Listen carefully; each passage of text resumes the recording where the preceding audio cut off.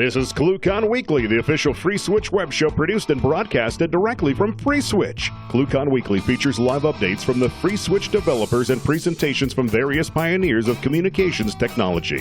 ClueCon Weekly is brought to you by Free Switch Solutions, the official consulting firm of the Free Switch open source project. Get help from the experts. Visit freeswitch.com. ClueCon, the premier technology conference for telecom, WebRTC, IoT, and all things maker.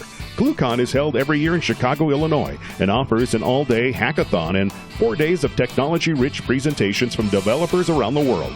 Learn more at ClueCon.com or call 877-748-CLUE. All right, guys, welcome to ClueCon Weekly. Today is the 3rd of May, 2017, and today we'll be joined by Truman Boyes. Truman's the head of networks out of the CTO's office at Bloomberg. So if you don't know who Bloomberg is, they're a huge media company in market data. And Truman's been around for a long time in the networking industry. I think I met him probably almost 17, 18 years ago now. And he's been around. So he's going to be talking about software-defined networking, large-scale networks, and a bunch of fun stuff that we can do in that arena. So you guys stand by for that. Coming up here now, we're going to get to the news.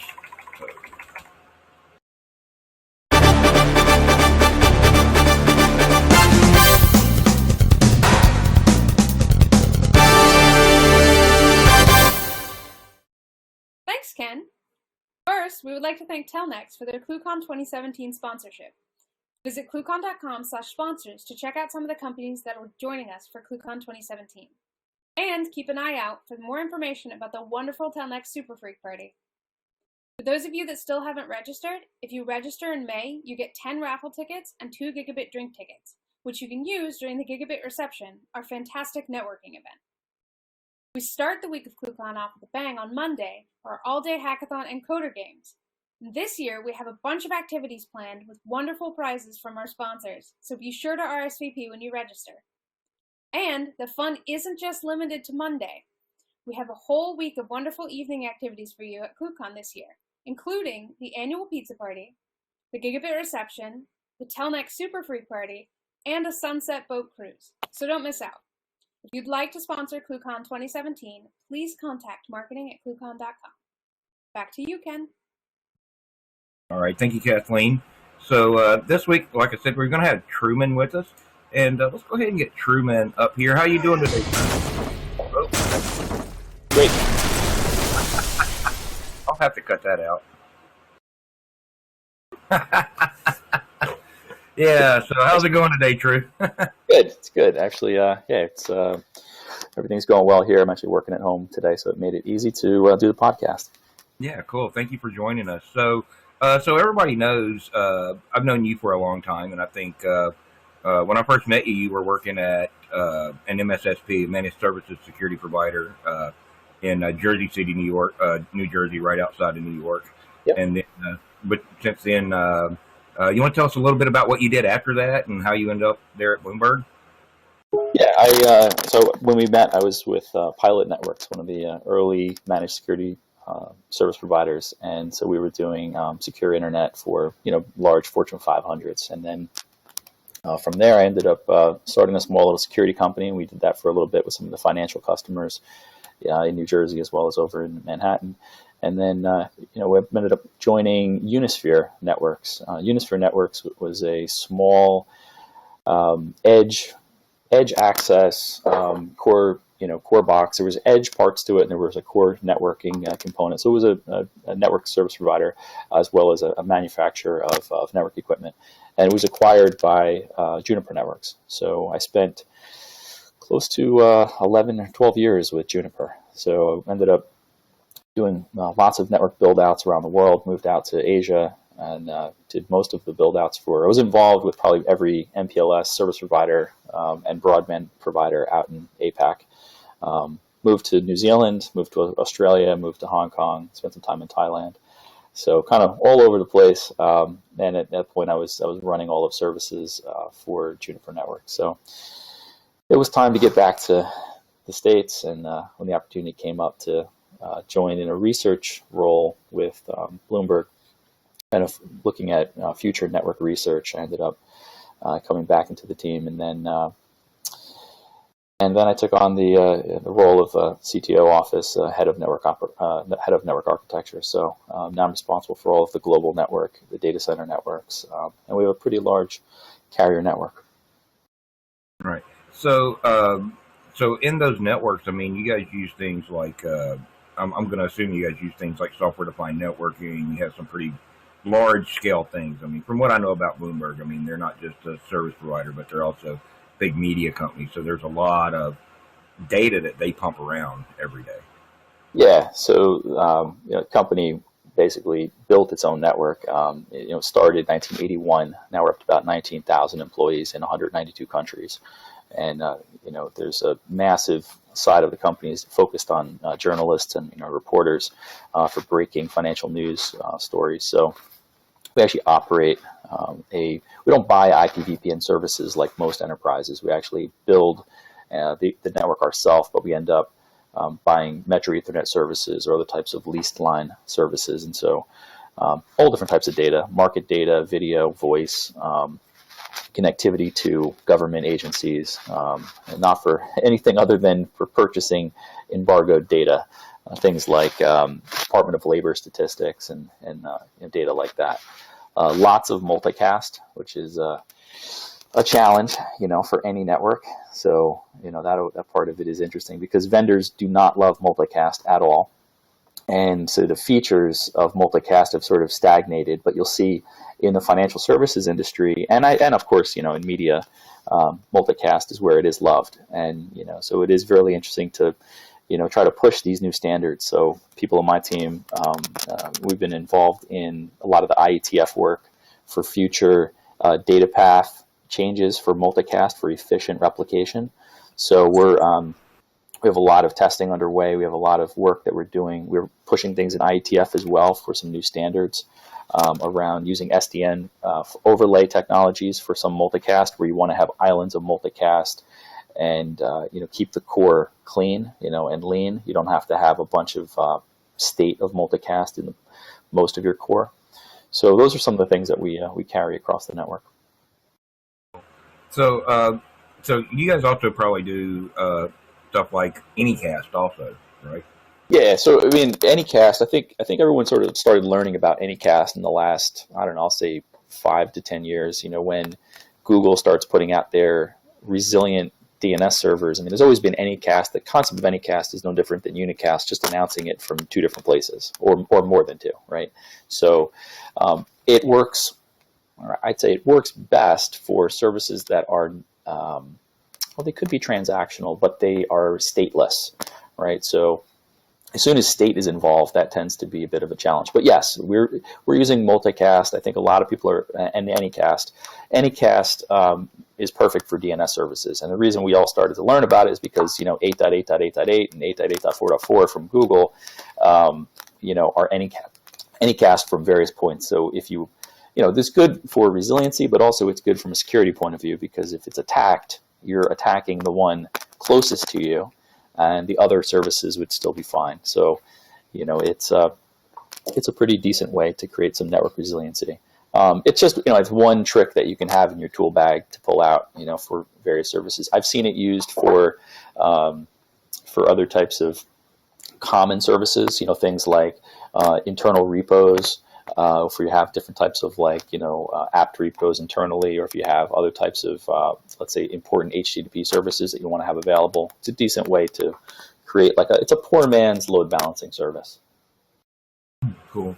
So when it, and I believe also you just recently spoke about in that tool bag about that I know that you carry around about software-defined networking and stuff like that. And how do you take, with SDN, and we see this a lot in the voice industry with failover, where you need to move services rapidly. It's stateful based, applying things like SDN, Anycast, multicast into an environment, that's VoIP related. So like WebRTC or SIP, that kind of thing. Can you speak to that a little bit? Yeah, I think if you're looking at services that are VoIP or some type of media service, I mean, generally, I would say, you would care significantly about the latency. You'd care about having deterministic routing. And if you know something that the protocols don't know, right, that is when SDN becomes the most interesting, because for the most part, almost every protocol is the same. When I say protocol, I'm just saying routing protocol. So, whether it's BGP, OSPF, ISIS, RIP, what they're doing is advertising vectors, right? That's the point of networking, right? That's how you advertise things. And then you do some calculations, you do some path selection, and you find out how to get to places. If you know a better way than the protocol tells you, or if you wanted to pre-provision what your standby or bypass paths would look like, then it makes sense to start to look at SDN controllers or technologies that let you have programmatic control of what's being transported through the network. Now, if you go back, let's say 10 years, even 15 years ago, you had protocols like RSVP, right, for reserving paths and having bandwidth control. And RSVP itself didn't actually get a lot of support. I mean, it was built into early versions of Windows. I think some people, looked at it and said, wow, this is going to be crazy amounts of state in my network. I don't actually want to run this. Where it did take off was in service provider networks for engineering MPLS, LSP paths. So instead of using it for the original purpose, it made sense to use it for building paths. And it'd be the same way that you would build, SVCs or other types of PVCs, when you could kind of control static routing and move traffic in predetermined ways. So, I mean, I built built tons of networks with lots of RSVP stuff. And that was early days, you could say. If you had some software which did programmatic changes on the network, that's kind of like early SDN. Modern SDN started to take fold after Nick McEwen and Martin Casado over at Stanford University came up with OpenFlow, and this kind of started to create a big buzz in the industry. And everyone said, "Well, what are we talking about here? Is this in sort of an anti-protocol method? Are we saying that we don't want to spend all the time in IETF? We want to just have code-driven infrastructure, and we don't want to deal with trying to push for the old way of building networks?" And it actually took, it got a decent amount of traction. And, OpenFlow, I think, was being used primarily in research organizations, in universities. And there's a lot of things you can do with it.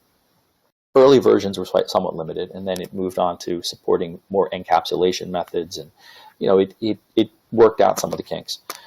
I think what you're seeing now is it's sort of a philosophical argument. It's that the SDN gives you the possibility of doing something that your protocols were not designed for, and it also gives you a full topological view at a high level in a controller. Now, most protocols are semi-autonomous. They run on their piece of software, and it runs on each individual node.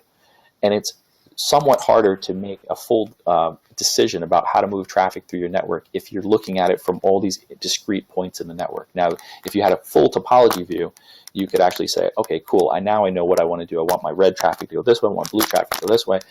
Now, to your question, how does it make sense for a VoIP network? I think it makes a lot of sense to have control. I think we have to just decide, do you want to make your routing infrastructure switches, hypervisor virtual switches, and all of that? Do you want those things to be pretty dumb, and you want a big smart controller to live somewhere in your network that controls them? Are you okay with that kind of failure scenario? Because it's really a trade-off. You're moving from, all the eggs distributed to all the eggs in one basket, and you have to make sure that you can reach that basket.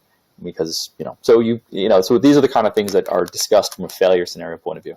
But yeah, I mean, lots of pockets of networks now are starting to see SDN technologies. There's another piece on it, which is, why did this even grow? Why do we even care about doing this? And that, I think, comes down to basically application teams and software people are impacting the way infrastructure is used. They're like, network, get out of the way. And that's really where this is moving to. They're basically saying, look, if you look at Docker or any of these container technologies, they do overlay transport networking through UDP. So they will build a full networking layer on top of whatever is inside of the underlay of your network. And they don't care. And this came down to the fact that, working with network people is difficult. I mean, they're always like, oh, you need to know about this subnet and this port and this, all this other stuff. Like, no, doesn't matter. Applications are going to ride on top. We don't care. We'll figure it out. If you look at, that's how, Skype or other types of, technologies that started to find ways to punch holes in firewalls and find ways to get out. That's, the application will win. So I think this is really what the motivation has been for SDN, is just, make the network totally programmatic, expose it as APIs to app developers so they can do their work. Now, when it comes to that, do you see, does that kind of solve some of the issues with maybe I'm a little special snowflake and I've got to have little special things done just the way that I want them? Yeah, that's an interesting way this whole thing works. I mean, in networking, I think in almost any part of infrastructure, you have to decide, do you want completely fungible environments where, port 1 is different than port 47 on a 48 port switch, or do you want everything to be cookie cutter? Because, if you want the complete flexible side to things, you're actually giving up potentially, unless you have software to deal with this, rapid innovation. Because you have to have people, and people make mistakes. If you look at root cause analysis on almost any single huge networking outage, root cause, humans were involved, right? It's always the same thing. So we want to have something where people build the robots and the robots build the network or systems, or you need to fill in whatever that is. And now I think it's a very blurry line between what is network and what is server. I mean, if everything, the networking demarcation has extended at least to the vSwitch or Linux bridging. And, and now you look at, there's all these other pieces. Is it SRIOV? Is it, offloading on the NIC? There's all these pieces that's still network. And so I think that this world is going to become extremely blurry. I think it's something which is constantly evolving. But the technology itself is available to us, right? I mean, we can start to make rapid changes in our infrastructure today. Right. Yeah, and I've seen some stuff out there where people are trying to take that whole SDN model and wrap it into more of like an IoT thing, where here's a dumb box you stick on the edge of your home network. You turn it on. You may have to give it an IP address, or it DHCPs up, and then it contacts some cloud service, for you to manage it with. Right. What do you think of stuff like that? Yeah. Well, I mean, I think from like a business side, I think it makes a lot of sense because, okay, let's break it down to the first part of it. The bootstrapping of anything should be complete zero-touch provisioning. I mean, if servers do PXE booting today, and everyone's comfortable with that, then obviously the next piece of it is, how do I get the equivalent, the network equivalent, for routers and for switches? And that should be possible. It's not hard. I mean, you grab a Nest thermostat, over at Home Depot, you put that thing into your network, that thing joins on Wi-Fi, it's good to go. It already has communication back to the cloud. Now, from a security point of view, I think you have to think about it a bit. Here you have these little Linux devices that get patched whenever they decide to patch them, and they make, the equivalent. They could have, reverse tunnels that, get you back into your core of your network from some random place in the cloud. So those are the kind of things. I mean, personally, I run multiple SSID, different, segmented networks for public things and for, very private things that I have internally. But that's, your home user is not doing that, right? So, I think, but the other piece you mentioned is interesting. So the other part on SDN is SD-WAN, and there's a bunch of companies, and recently Viptela was just picked up for $610 million from Cisco as of early this week. And what these guys and other players in this market, there's like 10 of them, is they'll drop ship a router to your business, and that thing has multiple WAN uplinks and including LTE, and basically that thing phones home to some kind of config system, grabs a config, joins a VPN, and you're done. That's it. Nothing else to do it. I mean, and the cool thing about what that opens up is, I mean, most of these things, they make the network transport agnostic, meaning they'll do policy-based routing based upon latency in the WAN. So let's say you had a T-Mobile and you had an AT&T GSM, 2 LTE uplinks. and you drop this thing out into the middle of, Kansas, this thing is going to have both links up. It's going to monitor the path latency back to various gateways, and then it's going to say, okay, you know what? T-Mobile is better for my voice traffic based upon some SLAs that you've set. And you're done. There's no networking to tweak, no DSCP code points and all that kind of stuff. It's just all auto magic. So I think that's an area that there's a lot of potential for growth. Yeah, there's I think I have to agree with you there, because that's always being somebody that lives in the middle of nowhere. Diverse path resiliency is just not something that we have out here. And how do you do that in a environment where you have a small business or a medium business? A lot of people that use FreeSwitch, they're doing hosted PBX, that kind of stuff. But how do you keep that end customer online when all they can get is a DSL line from AT&T, and then maybe wireless from AT&T? Right. Exactly. And in those cases, if you end up just getting, I think it doesn't make sense to continue to try to get better SLAs from single carrier. If you just have more carriers, you're bound to get not only potential differences in congestion and oversubscription ratios on each carrier, but also you get potentially different AS path difference. How many different networks do you get to get to that customer or to that other concentrator? It just varies, and this stuff, it just monitors it and takes care of the majority of it. And if I can, real quick, you said AS path there. For guys that don't know what that is, you're talking about autonomous systems, the different networks on the internet that you may traverse to get between, say, your ISP and Google or whatever. Yeah, exactly.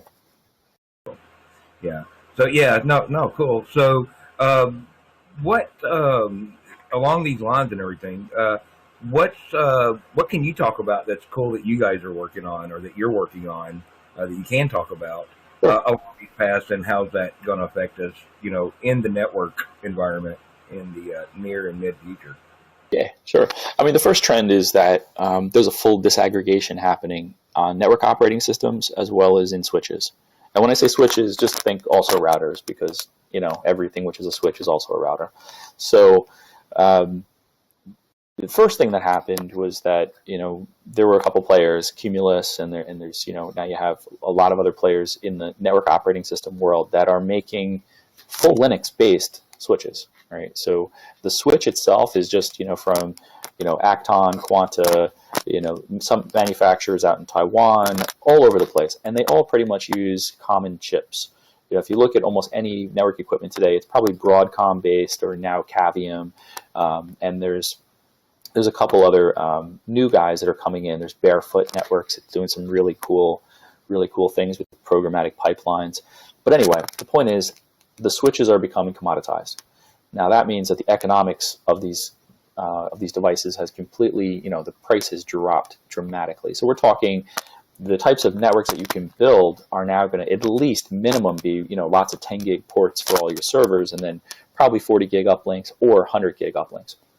So the network operating system is now a choice, and you have many, many choices on what you can run.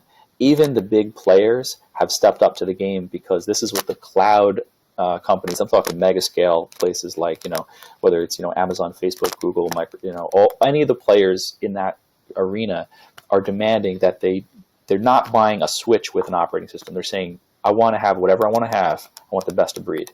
So that's really cool, because now it's opening up that bare minimum is something like a Linux, and there's some technologies for reinstalling different OSs. One technology is called ONIE, that's ONIE, and that is, you could think of it as like a bootloader mechanism that lets you run. It creates a little bit of a hardware abstraction layer so that you can map all the ports up to Linux, and it lets you run different network operating systems. Open networking Linux is taken off, and then you have all these different players that are making specialty stacks, like a better BGP stack written in Go, or you got SnapRoute, you got all these other players doing really cool stuff. So here's why it matters. It matters because you get the best product, you get rapid innovation, and you're not waiting to try and build a business case with a tier one company to get a feature added. So if we ring up I won't use the names, but let's say you ring up one of the big boys, and you're like, okay, cool, I want to do this certain thing in OSPF. Can you track this route? They're going to say, cool, give me $1 million business opportunity before I'll even schedule it for next year. And in this case, the operating system stack, most of it is open source.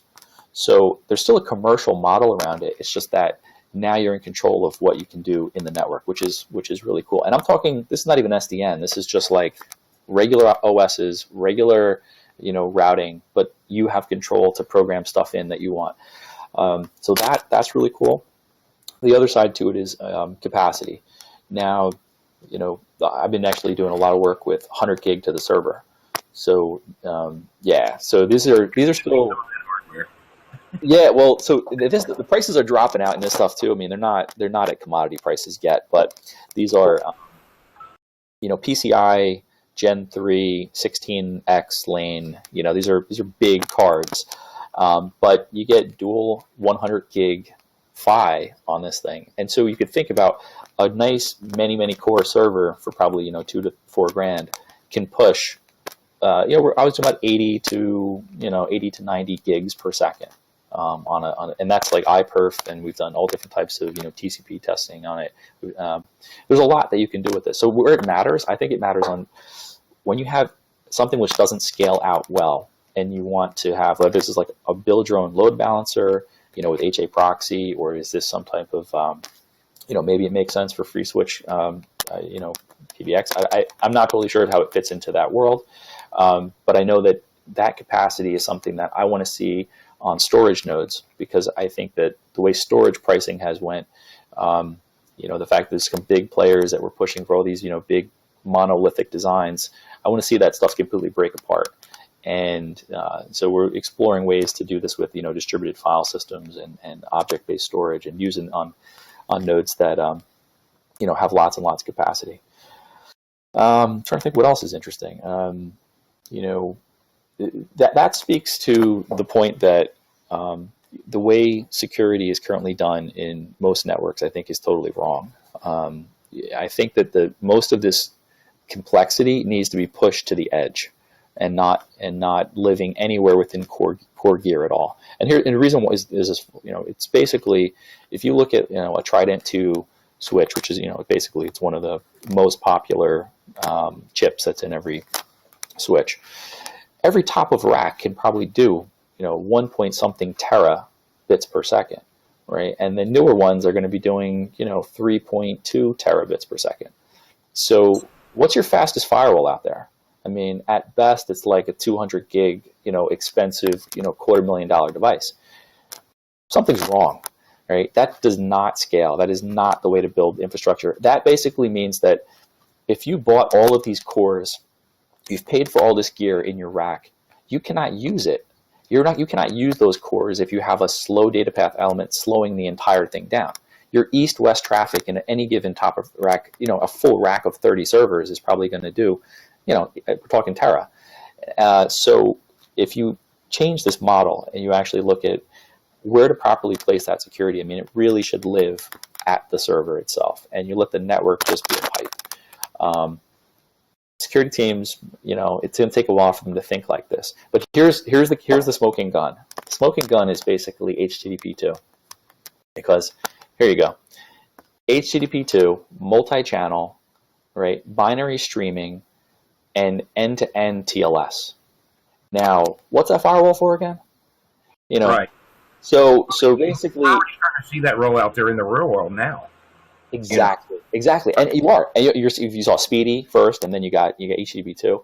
So what you really have here is port 443 is the equivalent of IP any, right? Yeah. As soon as you open that up between two servers, it's the equivalent of opening up 65,000 ports. There's no difference. So ACL filtering means nothing. I mean, that's kind of the slightly controversial point that I'd put out there. Right. Well, that begs the question: how do you then start filtering that traffic? Because it's not just HTTP2, but also WebSockets, which we see deployed all over the place.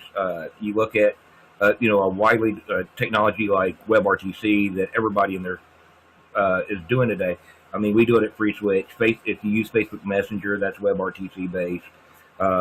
I know, there's everybody is using it because it makes it easy for their web devs to now write stuff. Yeah. So, and with that channel open, how do you filter that? Because the spec says it goes over HTTPS. Yeah. And then you've got the media channels, which are all DTLS encrypted. So the question then becomes, is other than just doing really layer 3 filtering, to drop or black holing certain subnets, how do you really protect those services?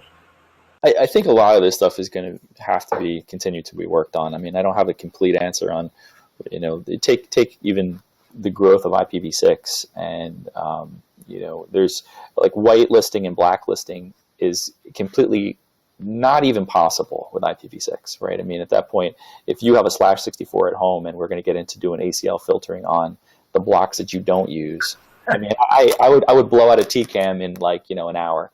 So, those are the kind of things that I don't think that the answer is about putting the rules into the network. I think the network's the original goal was like, let's connect all the things. All right, cool. We like that. But then wait a minute, security is the inverse of networking. It's don't connect the things, right? But when these two things get kind of conflated together, and there's been industries that have been created for this stuff, it might be the wrong way to do it. I think to your point, there are some opportunities. It might be intelligent devices that terminate the TLS or the SSL, and behind that, maybe that's where you do some deeper level application inspection. That might be the right approach. I think there's also the nasty stuff that just continues to just be background noise, and filtering that in a filter I think is fine. I mean, I remember actually when I was living in Australia, and 1/8 used to be an APNIC, it used to be an IANA reserved block, and people were using it. Everyone would ping 1.2.3.4, and all kinds of things were numbered out of that space. And then all of a sudden, that was assigned to APNIC and was announced in Australia just to see what was hitting it. There was like 10 megs to like 50 megs of just stuff. Like no one even knew. It wasn't even like real attacks. It's just like background noise. Just background noise, yeah.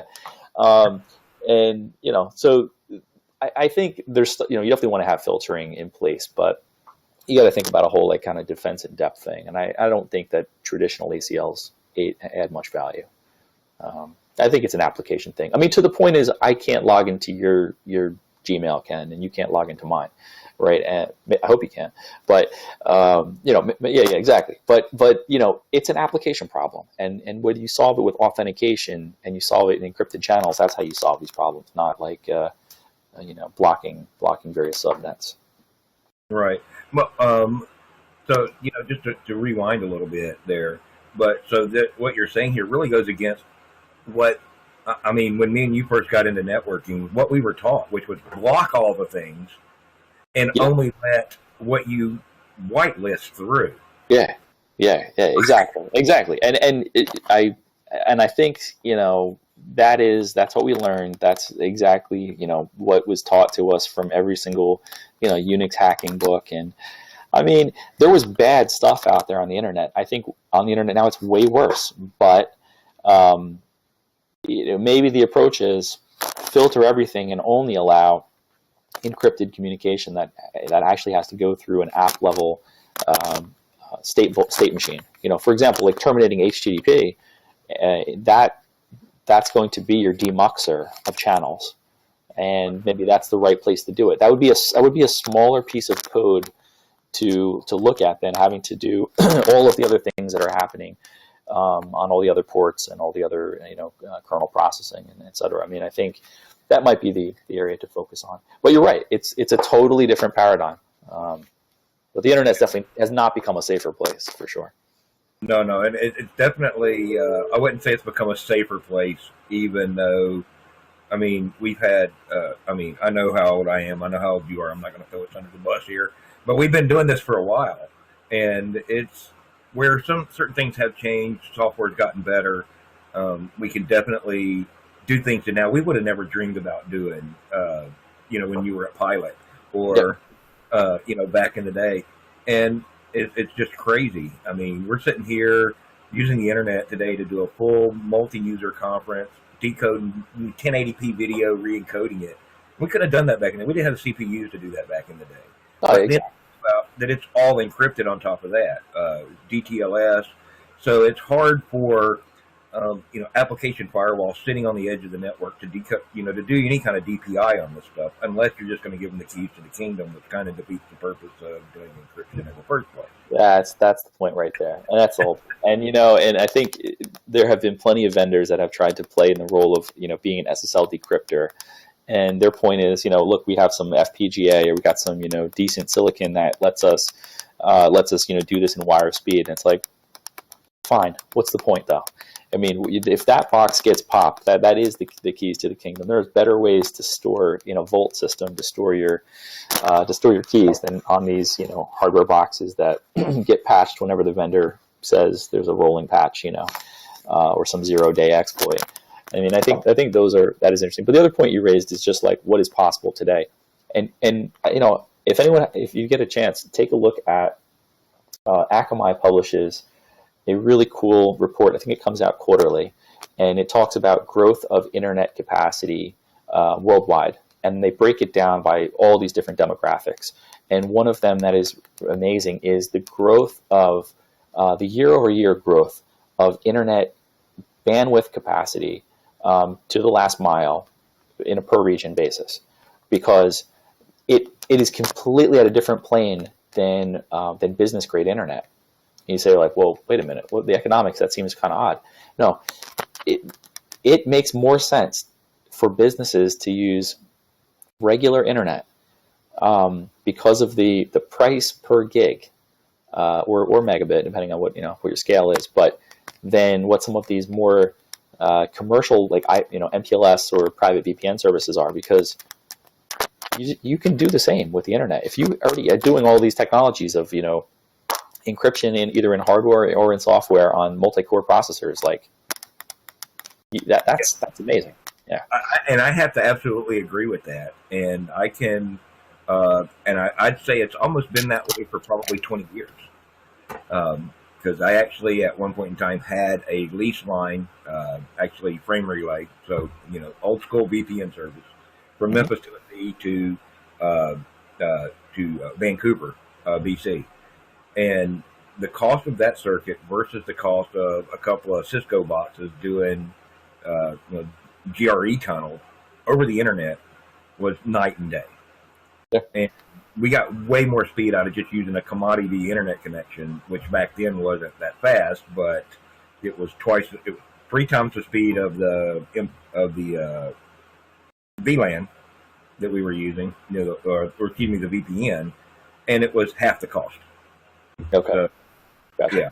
So I mean, what do you do? Yeah. It makes sense. Well, I mean, I think the question that pops up is always comes around SLAs, and if you're running a business and someone says, look, we're going to guarantee an SLA, I think you got to do some measurements. You can't just take it at face value, because I've run significant modeling and true measurements on many carriers. Relationship that I have now, with my company is about like 130 relationships with carriers. So you can do some testing and you can determine which ones are, not so good and which ones are fantastic. And, you'd be surprised. The internet is really good. And you could thank that to, the big guys of, Netflix and others that are pushing massive amounts of traffic across the internet. It's made the transports better. It's phenomenal. And actually, I don't know if it is worth, I mean, you'd have to look at what kind of terms and conditions you get, but I don't know if it is worth, going with some of the IPVPN services when you can do it yourself. But, you have to determine if, what you want to take on and how much work you want to spend on it. But, the other thing I would just mention on just a slightly bridging topic is this has been hotly debated all the time in circles of networking people, and I'm sure it applies to people in the telephony world. Size of buffers, right? Size of buffers in hardware. This is it's always hotly debated. Some new chip comes out, or the tier 1 vendors say, look, we got this thing that does 16 gigs of buffering, or et cetera, et cetera. And it tends to be that the people with the big buffers say you need big buffers, and people that don't have them in their hardware say it's irrelevant. And this is beyond like the different types of algorithms like Codel and red dropping and all that kind of stuff. I'm just saying, what we studied, and I've looked into this, for TCP communication, and this may not apply entirely to everything in the VoIP world, but for TCP, data center TCP is very, very interesting, and I would aggressively recommend looking at it in depth, because the coolest thing about it in a data center, if you can control and you can mark your packets when you see points of congestion, you don't have to do anything else with it. You just simply say, I saw congestion.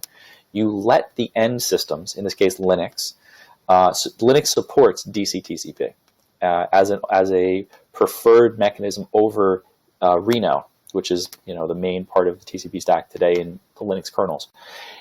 Once you go to data center TCP, you can get to a steady state on your flows, on high bandwidth flows that have zero dropping and zero retransmission. That's unheard of. TCP never worked like that. It was always like, some percentage of your traffic was bound to get dropped, because you do the sawtooth thing. You kind of, okay, I've peaked out, now I drop, now I retransmit, and all, et cetera, et cetera. So once you get above 10 gigs, if I'm playing with 100 gigs to the server, how do I maintain a 90-something gig per second TCP flow? Well, you can't do that in regular. That multiplicative decrease and additive increase on TCP windowing is going to kill you. So, data center TCP, check it out, because what it actually means is that the size of your buffers and your hardware don't matter, because you're not dropping. So you're going to get to a point where you're not bursting hard, and really what you're doing is you're just allowing this bidirectional communication between a sender and a receiver to negotiate, and they do it perfectly fine. So, yeah. Cool. I'll check that out. We've had Dave Tatt on here before. If you don't know Dave Tatt, he is with the Buffer Bloat Project, and they've done some really cool research. You should check them out if you haven't.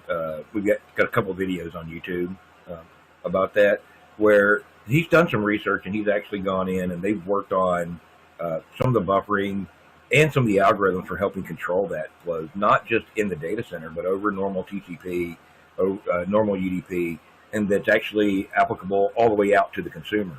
So there's a lot of cool stuff in that arena. And we could probably get you and Dave and a couple other people in here. We could have a nice argument about buffering and network bloat, all kinds of other fun stuff. Cool. Sounds good. Sounds good. Yeah, that'd be a great conversation. It is something that's a hotly debated topic, and we're always going to learn something new. And the other part, why you do need buffers, and there's always corner cases why you really do need a big buffer. If it's like a multicast distribution at a certain time that has a micro burst, you need it, right? You don't want to drop packets. So, those areas you really need it. Right.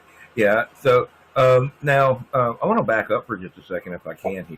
And you said something that I wanted to ask you about. You guys are deploying 100 gig E down to the server at this point?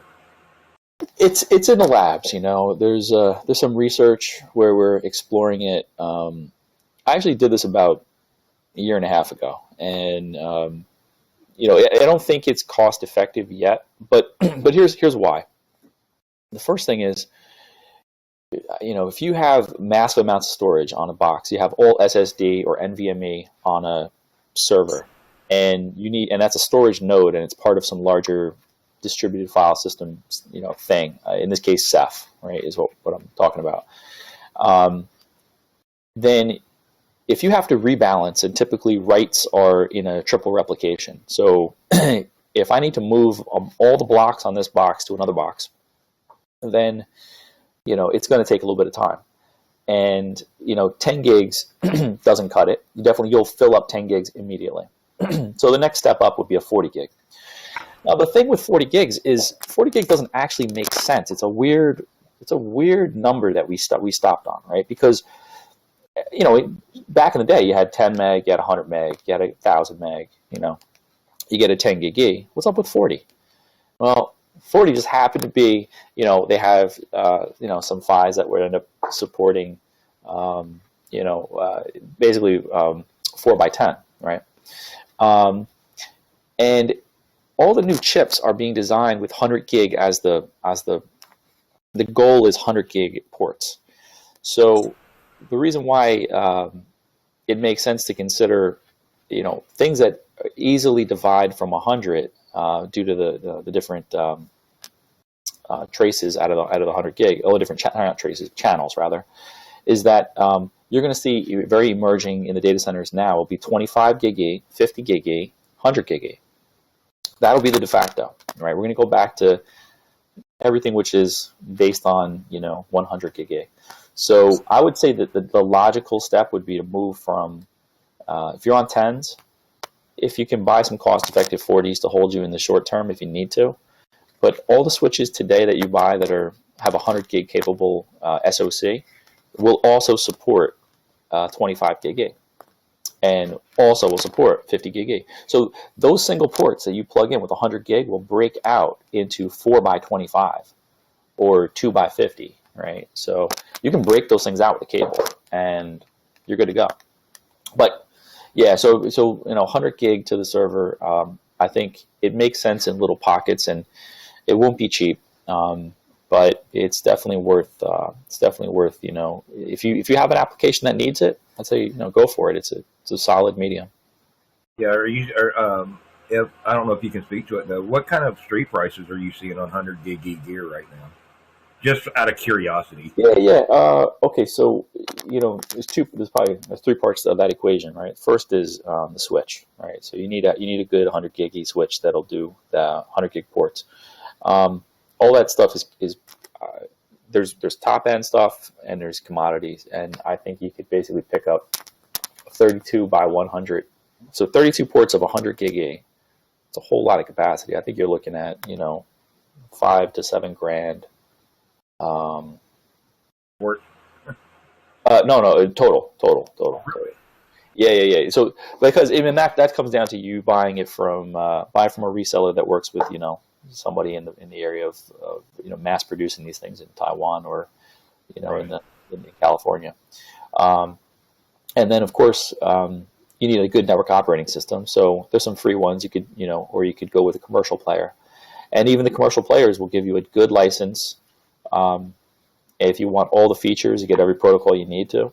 Arista has it, other people have it. You can get that. You can install it as a container. It'll run the full-blown thing on your switch. Now, the next part of it is you need optics.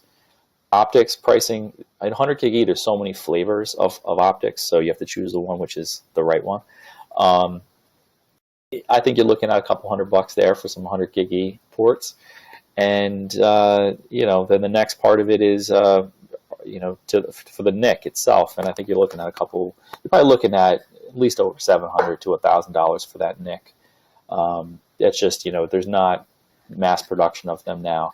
And what you want to have is, I think, you have a couple players in that field. But I think all up, if you're adding a couple servers that were going to do 100 gig E, you're looking at at least a couple $1,000 for those boxes, and then you're looking at, I think 12 grand. You probably could have a little test bed of some 100 gig E servers plugged up. Yeah, but you're not deploying that at scale then out into like your real production environment. Because you're talking 30 servers.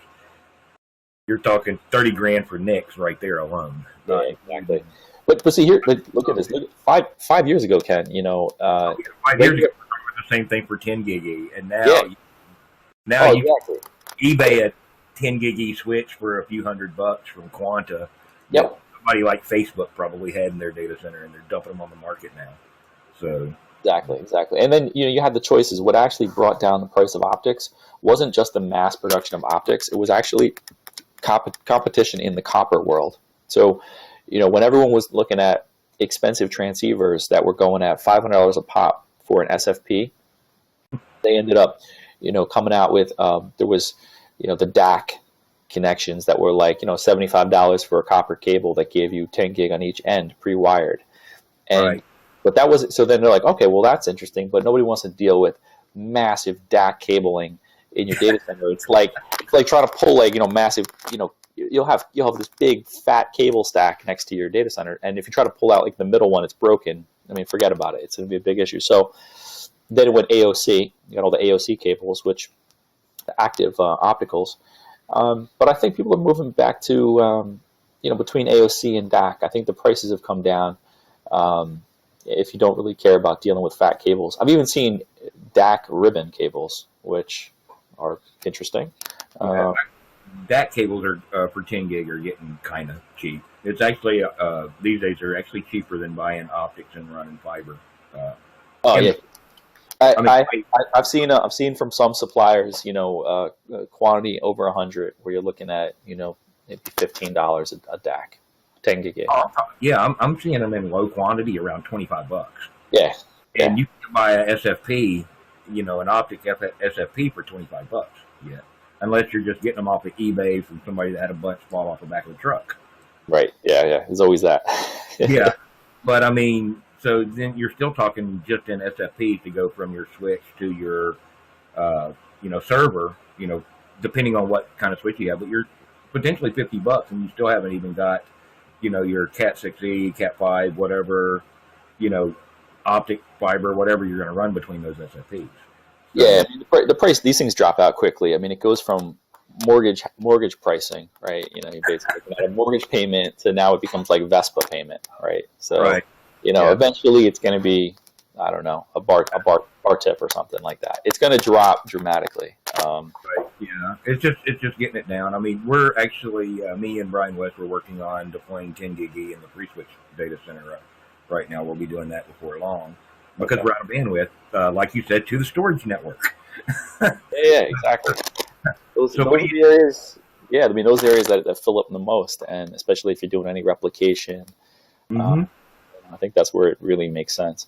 And also, the other piece is, this is entirely the right strategy, is throw as much bandwidth at it as possible, because all of those other technologies that tried to create like lossless Ethernet, FCOX, I mean, that stuff is garbage. It really, you cannot trust Ethernet to behave in that way. If IP will be fine and let your applications take care of it.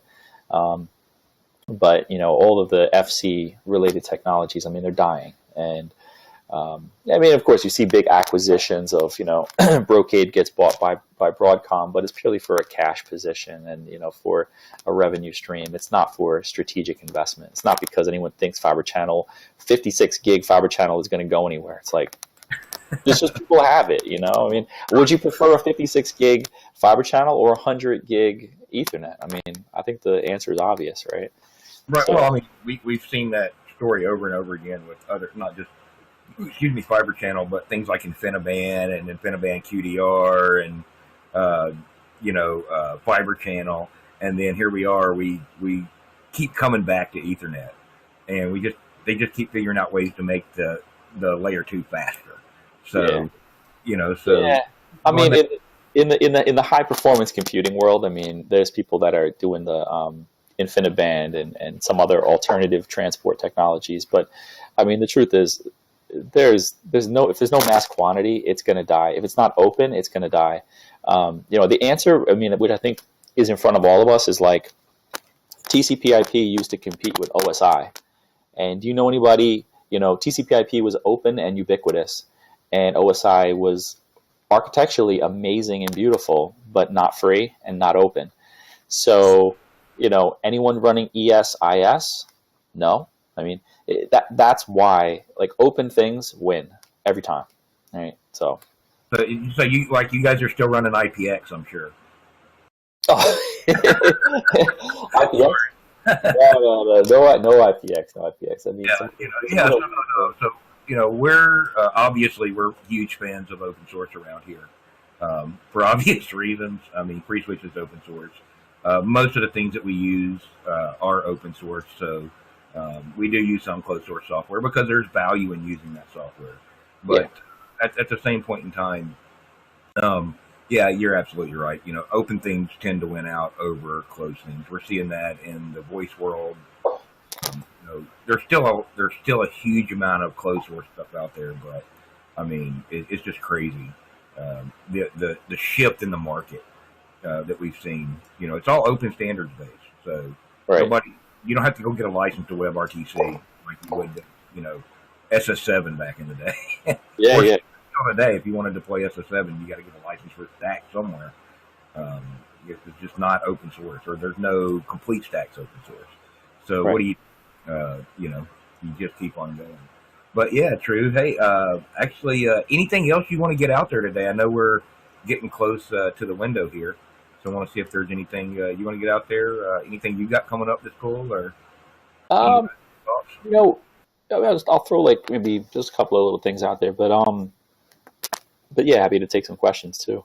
But I mean, the other thing which is on top of mind, and it was on the last presentation that I gave out in California last week. Main topic that everyone is trying to wrap their heads around is, public-private cloud connections, and what does it mean to use the cloud for really important services for your company, and I mean more than just do you just move some stuff into AWS and run a couple EC2 AMIs? I mean actually, how do you make this stuff completely seamless? And I think what is starting to emerge is like one player is not good enough. Now, you can do a lot of work, and I mean the products that keep coming out. There's like 50 different products from AWS, right? I mean, so there's amazing things. It's more than running VMs. But I think the other trend is that people want to have almost like this meta cloud. They want to have it doesn't really matter. They want it to move to a place where I got some workloads. I got a bunch of containers. I want to move this stuff around from Azure to GCE back to AWS, and I want to be able to shift it back to my OpenStack environment or my Kubernetes setup internally.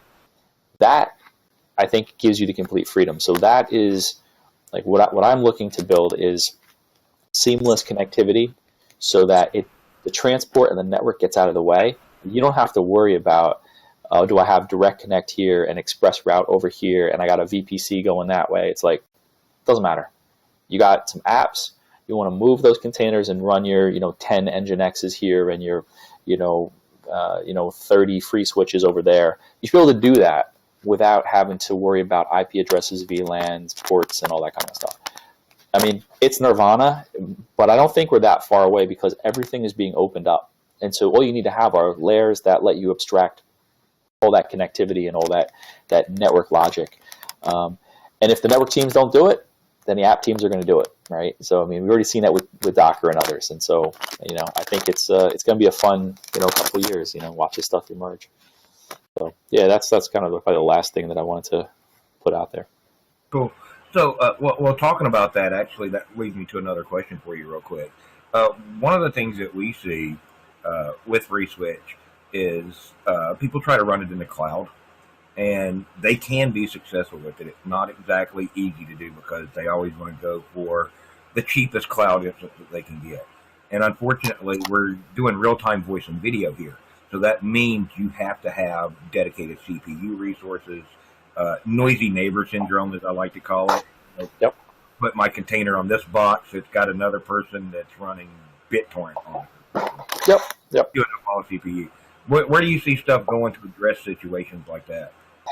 I think so. The way I'm seeing it right now is there's a bunch of things that most people are not putting things in the cloud for security reasons or for customer information related reasons. Nobody wants to be another target, right, or something like that.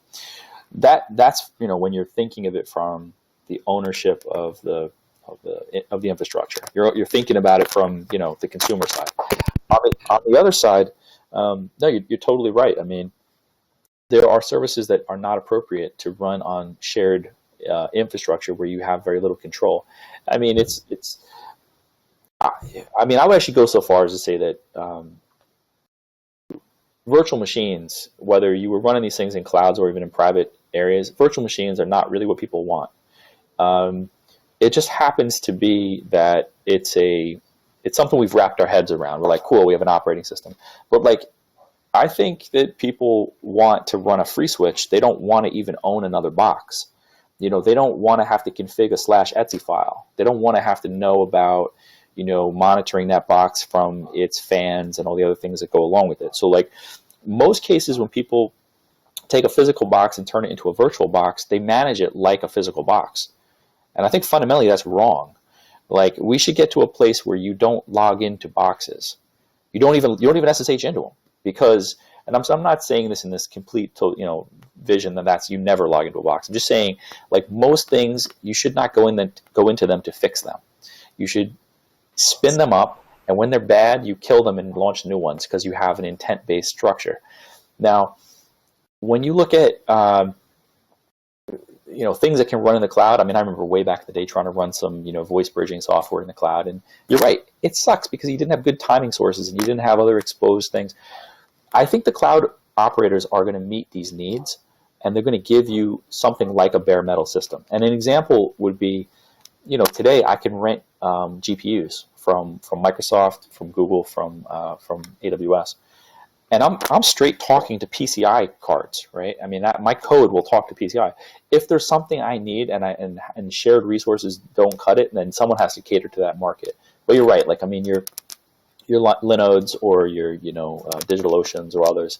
I mean, depending on what that subscription ratio looks like, it might not be appropriate for consumption, right? It might not be the right place to run your hosted PBX. Right.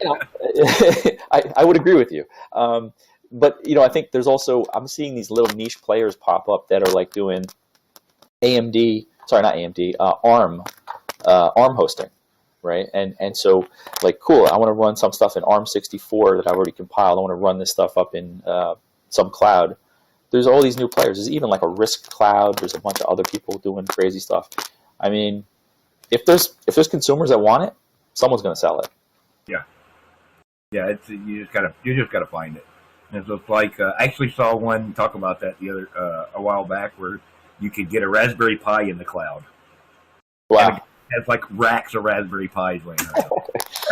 they're cool, man. I mean, like I got right here. Actually, I'll show you. This is what my kids use now for doing. I had it hooked up before, but this is a 3 little Pi stack. All powered off this little switch. Switch up here and USB down here. But this is for the kids to learn Kubernetes. Got to start them young. So. Yeah, or Minecraft. Yeah. Minecraft. Yeah. I think Minecraft, but really it's yours. Don't blame it on the kids. I know. I think it's really exactly. Yeah. Well, for the guys that don't know Truman, Truman's a huge tech geek. You never know what you're going to find at his house when it comes to technology. I know I walked in one day visiting him, and it's like, hey, what do you got there? Oh, well, that's my digital DJ gear. So there's a lot of cool stuff in this market that's coming out. I know, I'm lucky that I get to work in this market every day, especially on the communications and WebRTC side.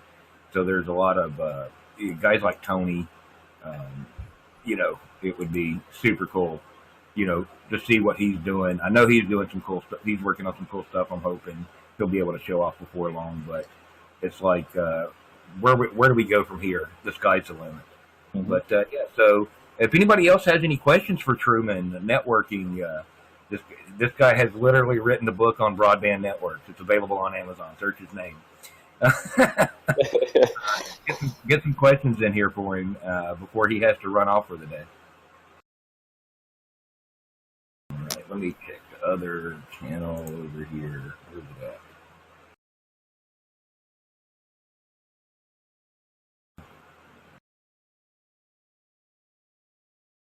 Let's see here. Yep. Well, I think we've hit all the questions that came in on YouTube also. So, all right. Any last parting words, Truman? No, thanks, Ken, and thanks everyone here at FreeSwitch for having me on. Really, it's good just to have a chance to throw a couple thoughts out there and have a nice conversation with Ken, and really appreciate it, and hope to join again and check out some of the other speakers. Yeah, cool. Thanks. Thanks for joining us today, Truman. It's really appreciate it. Like I said, you guys Google Truman out there on the net. He's got several documents and several books that he's written out there. Prolific presenter. So you guys check it out. He's got a really good knowledge crammed off in his head up over there. And so thanks for coming out. Next week, right here on ClueCon Weekly, we'll have Mark Crane from the Fusion PBX project. He's going to be giving us an update on that. For you guys that don't know Fusion PBX, that is a FreeSwitch-based PBX platform that you can drop in with the web GUI and all the other good fun stuff on it. So come here next week, 1 p.m. Eastern. We'll be checking that out. Anyway, thanks, guys.